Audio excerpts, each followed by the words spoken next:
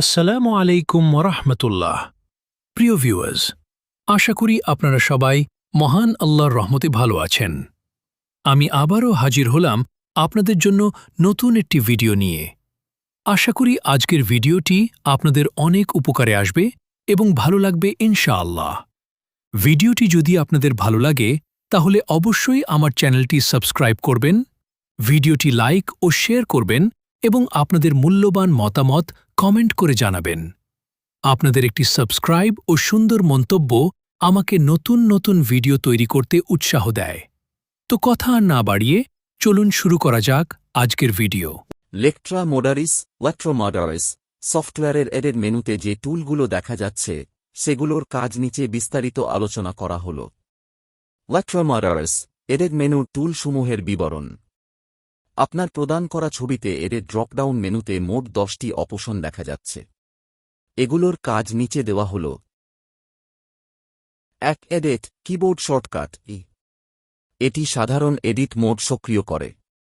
এর মাধ্যমে প্যাটার্নের কোনো নির্দিষ্ট অংশ সিলেক্ট করা বা পরিবর্তন করার প্রাথমিক কাজগুলো করা হয়।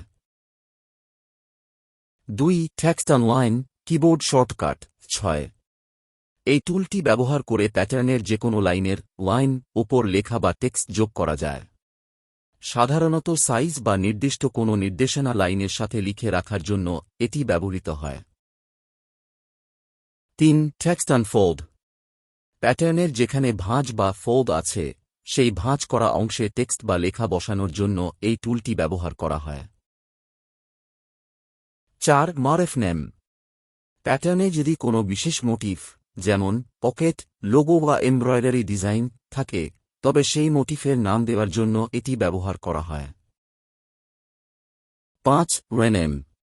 যে কোনো ফাইল বা প্যাটার্ন পার্টসের নাম পরিবর্তন করার জন্য এই টুলটি ব্যবহৃত হয়।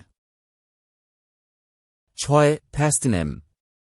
কপি করা কোনো নাম অন্য কোনো প্যাটার্ন বা কম্পোনেন্টের ওপর সরাসরি পেস্ট করার জন্য এটি ব্যবহার করা হয়। এটি বারবার একই নাম টাইপ করার সময় বাঁচায়। 7. Field duplicate. প্যাটার্নের নির্দিষ্ট কোনো তথ্য বা ফিল্ড যেমন সাইজ বা মেজারমেন্ট চার্ট হুবহু ডুপ্লিকেট বা কপি করার জন্য এটি ব্যবহৃত হয়। 8. রেফ ফাইল নেম। প্যাটার্নের সাথে যুক্ত রেফারেন্স ফাইলের নাম দেখা বা পরিবর্তন করার জন্য এই অপশনটি কাজ করে। এর মাধ্যমে মূল ফাইলের সাথে অন্যান্য ফাইলের সংযোগ রক্ষা করা হয়। 9. Undo keyboard shortcut. কাজে কোনো ভুল হলে বা আগের অবস্থায় ফিরে যেতে চাইলে এটি ব্যবহার করা হয়। এটি আপনার করা সর্বশেষ পরিবর্তনটি বাতিল করে দেয়। 10. রেডো কিবোর্ড শর্টকাট ও।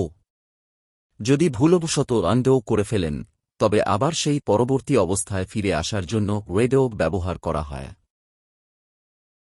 এই টুলগুলো ব্যবহার করে আপনি প্যাটার্ন ডিজাইনের সময় টেক্সট ম্যানেজমেন্ট এবং ফাইলের নাম বা তথ্য দ্রুত পরিবর্তন করতে পারবেন। আপনার কি এই টুলগুলোর কোনোটির ব্যবহারিক প্রয়োগ সম্পর্কে আরও জানার প্রয়োজন আছে? আজ এই পর্যন্তই। আবার দেখা হবে নতুন একটি ভিডিও নিয়ে। সাথে থাকুন। ধন্যবাদ সবাইকে। YouTube video ending suggestion. ভিডিওটি ভালো লাগলে অবশ্যই লাইক, কমেন্ট এবং শেয়ার করবেন। আর লেকট্রা মোডারিসের আরও অ্যাডভান্স টিউটোরিয়াল পেতে চ্যানেলটি সাবস্ক্রাইব করে পাশে থাকা বেল আইকনটি অন করে রাখুন।